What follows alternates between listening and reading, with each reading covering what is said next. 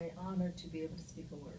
And you were saying about churches coming together, resource, and I think that's what the Church Federation is all about. Tell us a little bit about the main focus and purpose of the Church Federation. Well, the Federation has been around since 1912, and it was founded by congregations downtown. There were about 250 of them at that time in 1911. Ministerial Association was downtown, was a part of that. The YMCA was a part of that. The Women's United, this Church Women United was a part of that. It was called United Church Women at that time. But they all came together and said, we need to build one house together. Mm-hmm. We need to convene together.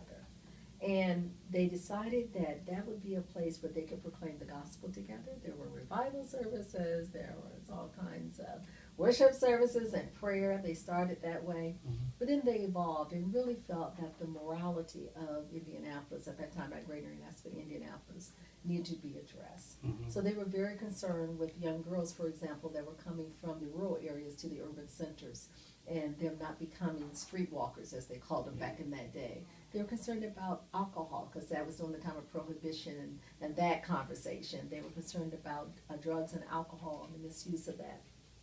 They were concerned about their city streets and how they appear. So and they also were concerned, ironically enough, about the Indy 500 being held on Sunday. Mm-hmm. No, not for the Church Federation. It was a moral issue. That was the Sabbath. Right. So they really had a very strict moral code. Mm-hmm. But they wanted to be of help in that regard. But to do that through prayer and through worship. So Right. that's how we were founded. That's wonderful. Now I know the Church Federation was involved in hunger many years ago, Yeah. and still. Yeah. So could you comment a little bit about that? Yes, happily. We have had a historic partnership with Church World Service, CROP. Some people don't know what that means, but what that means is that every year there is a walk in October, the third Sunday in October. And Christians gather, and this is before walks became what they are now.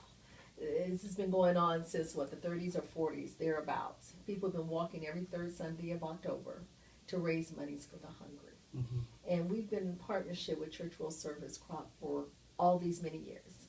And what that means is that when the monies are raised, 3/4 of those dollars go overseas to help hungry people in the world. 25% of that comes back to Indianapolis. And it's distributed to food pantries here in Indianapolis. Yes.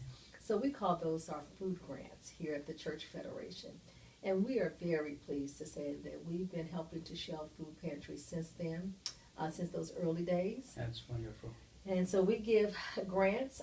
We also have partner donors that will also contribute to that as well. And so there's been a list of every year, at least 30 to 35 congregations that receive monies for their food pantries. Mm-hmm. Sometimes they're very small grants for a few hundred, but sometimes they're over 1,000. Sure. It just Yes. depends on how we were able to raise the dollars. Anything can help, especially in addressing the hunger in our community. Exactly right. Yeah. Angelique, thank you so much for My joy, and thank your you. time. No, it's my joy to be able to contribute a word.